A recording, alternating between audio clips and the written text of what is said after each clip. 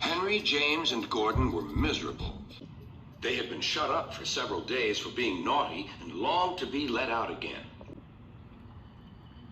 At last, Sir Topham had arrived. "I hope you are sorry," he said, "and that you understand that every job on the railway is important.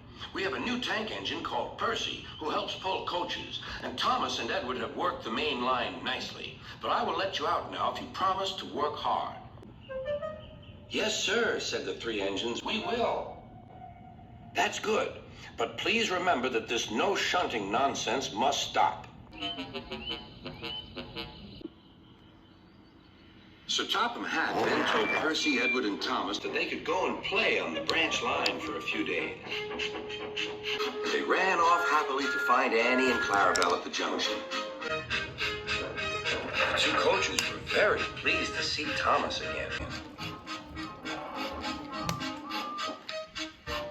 Edward and Percy played with the freight cars. "Stop, stop, stop," screamed the cars as they were pushed into their proper sidings. But the two engines laughed and went on shunting till the cars were tidily arranged.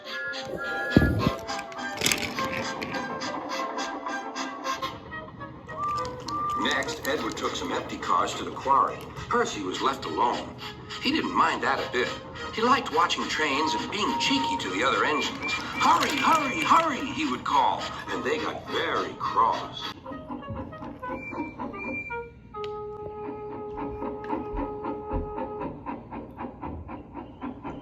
After a great deal of shunting, Percy was waiting for the signalman to set the switch so he could get back to the yard. Percy was being rather careless and not paying attention. Edward had warned Percy, "Be careful on the main line. Whistle to the signalman that you are there." But Percy didn't remember to whistle. And so the busy signalman forgot him. Percy waited and waited. The switch was still against him, so he couldn't move. Then he looked along the main line. "Beep, beep!" He whistled in horror, for rushing straight toward him was Gordon with the express. "Oh!" groaned Gordon. "Get out of my way!"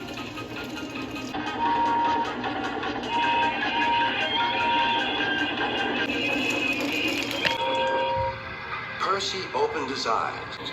Gordon had stopped with Percy's buffers just a few inches from his own. But Percy had begun to move. "I won't stay here. I'll run away," he puffed.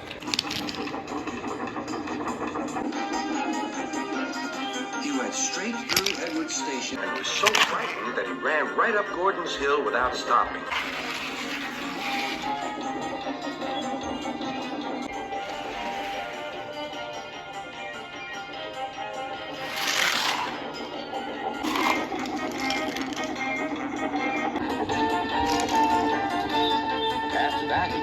But he couldn't stop.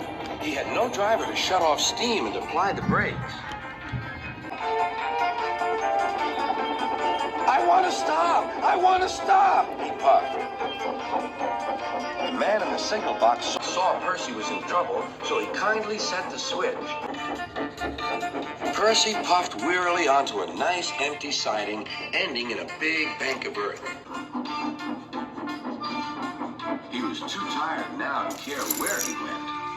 "I want to stop! I want to stop! I have stopped!" he puffed thankfully.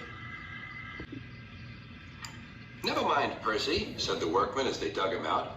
"You shall have a drink and some coal, and then you'll feel better."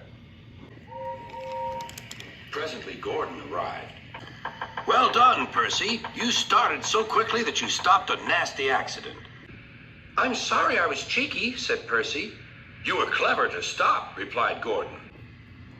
Then Gordon helped pull Percy out from the bank.